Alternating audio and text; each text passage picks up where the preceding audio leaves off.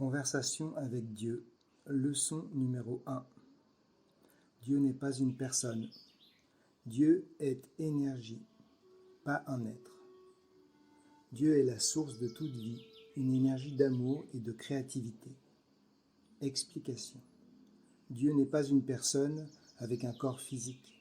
Il faut chasser cette idée, cette image d'un vieux barbu sur son nuage, séparé du monde et qui le juge.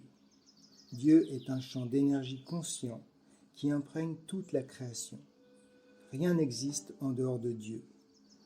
Dieu est une force d'amour qui est présente en toute chose. Dieu est la source et la manifestation.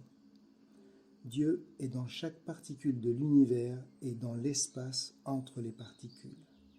Dieu est la création. Tout dans l'univers est sacré. Rien n'échappe à cela. Leçon numéro 2. Nous sommes Dieu en expérimentation de la vie. Nous sommes tous l'expression de l'énergie de Dieu. À travers notre singularité, la source crée et fait l'expérience de sa création. Explication. Nous sommes tous connectés les uns aux autres et à l'univers. Rien n'est séparé de Dieu. La grande illusion, c'est de croire que nous sommes séparés de notre source. Dieu est comme le soleil et nous sommes ses rayons. Et comme les rayons, nous sommes intégralement composés de la lumière du soleil. La seule différence, c'est que nous ne sommes pas la totalité du soleil. Nous sommes la source qui se découvre sur le chemin de vie de notre singularité. Nous sommes une partie divine de quelque chose de divin, beaucoup plus grand que nous-mêmes.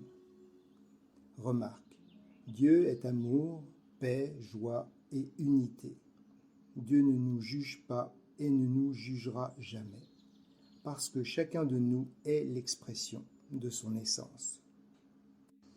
Conversation avec Dieu, leçon numéro 3. Nous sommes ici pour grandir et reconnaître notre essence divine. La vie est un voyage de découverte vers ce que nous sommes. Nous sommes ici pour créer un chemin de vie singulier vers le retour à soi. Explication.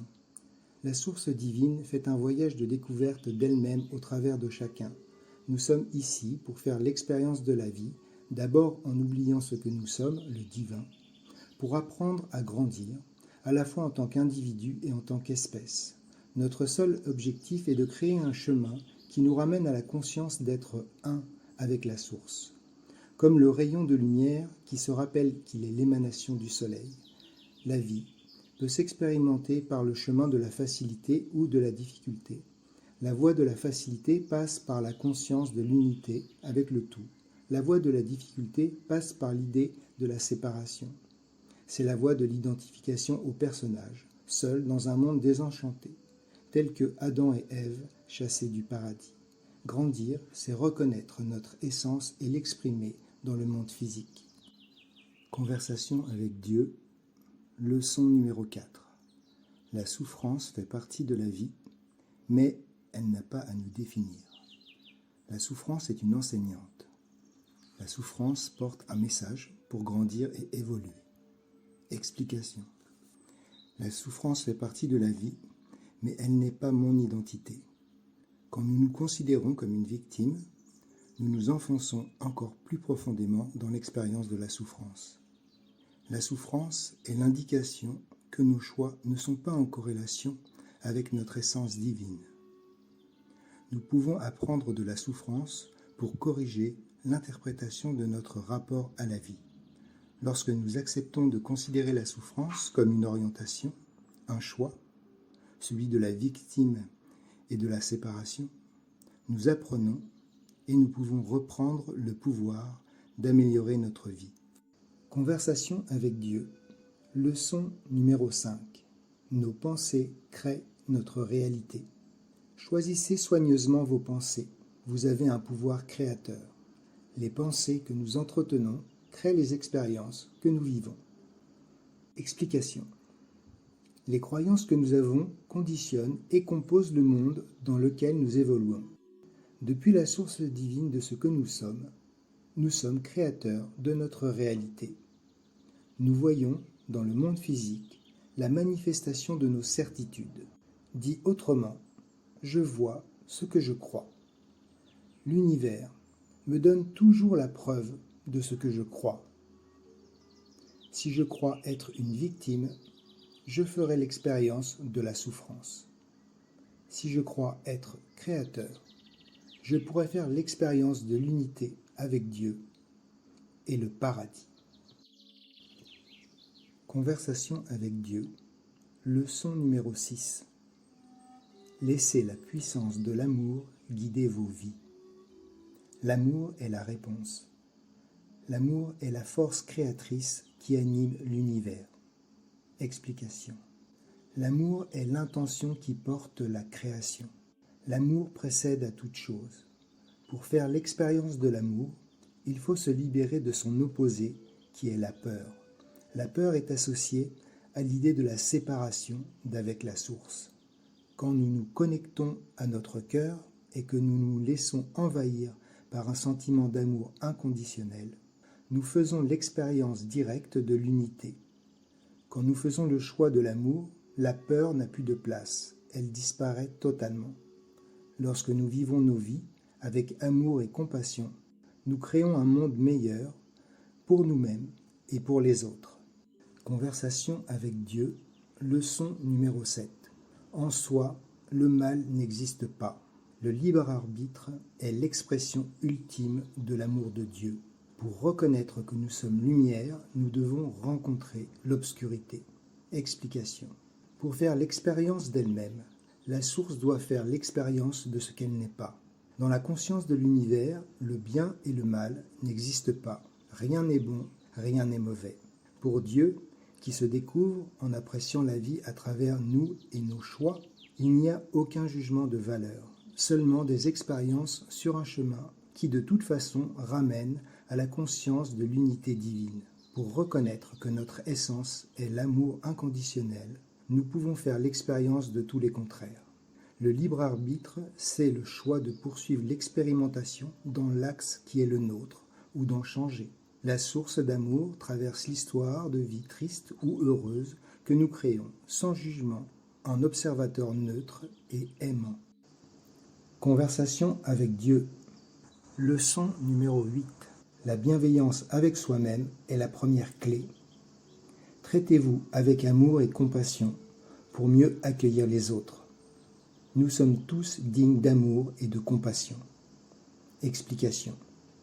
Nous devrions tous être bienveillants avec nous-mêmes, puisque nous hébergeons la conscience de Dieu, qui est notre nature intrinsèque. Nos conditionnements, hérités de notre éducation, nous ont amenés à nous défier de nous-mêmes. Nous cautionnons souvent des croyances qui évoquent l'idée que nous ne sommes pas assez bien. C'est une idéologie de séparation. Pour Dieu, le mérite n'existe pas et la dignité fait partie de notre nature. Nous sommes les manifestations de l'essence divine et nous devons nous accorder tout l'amour et la bienveillance possible. Dieu nous invite à aimer et à regarder l'autre comme nous-mêmes. L'autre est une manifestation inédite de ce que je suis. Conversation avec Dieu. Leçon numéro 9. Nous devrions tous vivre dans le moment présent. Profitez du voyage. Ne vous attardez pas sur le passé et ne vous inquiétez pas de l'avenir. Explication. Le moment présent est le temps où nous pouvons être heureux. La vie existe uniquement dans le moment présent. L'expérience se fait dans l'ici et maintenant. Le seul espace-temps où j'ai encore du pouvoir sur ma vie, c'est dans l'instant présent. Je ne peux produire aucun effet sur les événements du passé. Le futur n'existe pas encore et il est une multitude de probabilités qui vont se définir à partir de mon état d'être dans le présent. Quand je sais savourer et me réjouir en conscience de l'expérience de ma vie, je génère des vibrations positives qui vont conditionner les moments suivants. Inversement, un état d'esprit nostalgique, dépressif ou encore angoissé ou colérique va polariser les moments à venir. L'amour, la joie, la paix intérieure et l'unité avec Dieu s'expérimentent dans l'ici et maintenant. Conversation avec Dieu. Leçon numéro 10. Nous sommes tous des créateurs. Nous avons deux choix de posture. victime ou créateur. Nos pensées, nos paroles et nos actions créent notre réalité. Explication. Nous sommes des créateurs et nous créons la victime tant que nous ne sommes pas conscients d'être créateurs. Le choix d'interprétation d'être une victime du monde, des autres et des événements nous écarte de la conscience d'être aux commandes de notre vie. Nous créons notre réalité à partir de nos croyances sur la vie et sur nous-mêmes. Nos pensées, nos paroles et nos actions sont le fruit de nos conditionnements. Heureusement, rien n'est figé. Dieu n'a pas d'autre volonté que de nous offrir ce dont nous souhaitons faire l'expérience. Il dit oui à tout. Il dit « Tu peux être et avoir tout ce que tu choisis, et avant même que tu ne le demandes, je te l'aurai donné. » Imaginez pour de vrai que vous viviez le résultat de ce que vous avez souhaité, consciemment ou inconsciemment. Alors, la réalité devient la manifestation de votre pouvoir. Vous n'êtes plus la victime qui subit sa vie, vous redevenez le créateur conscient de votre vie merveilleuse.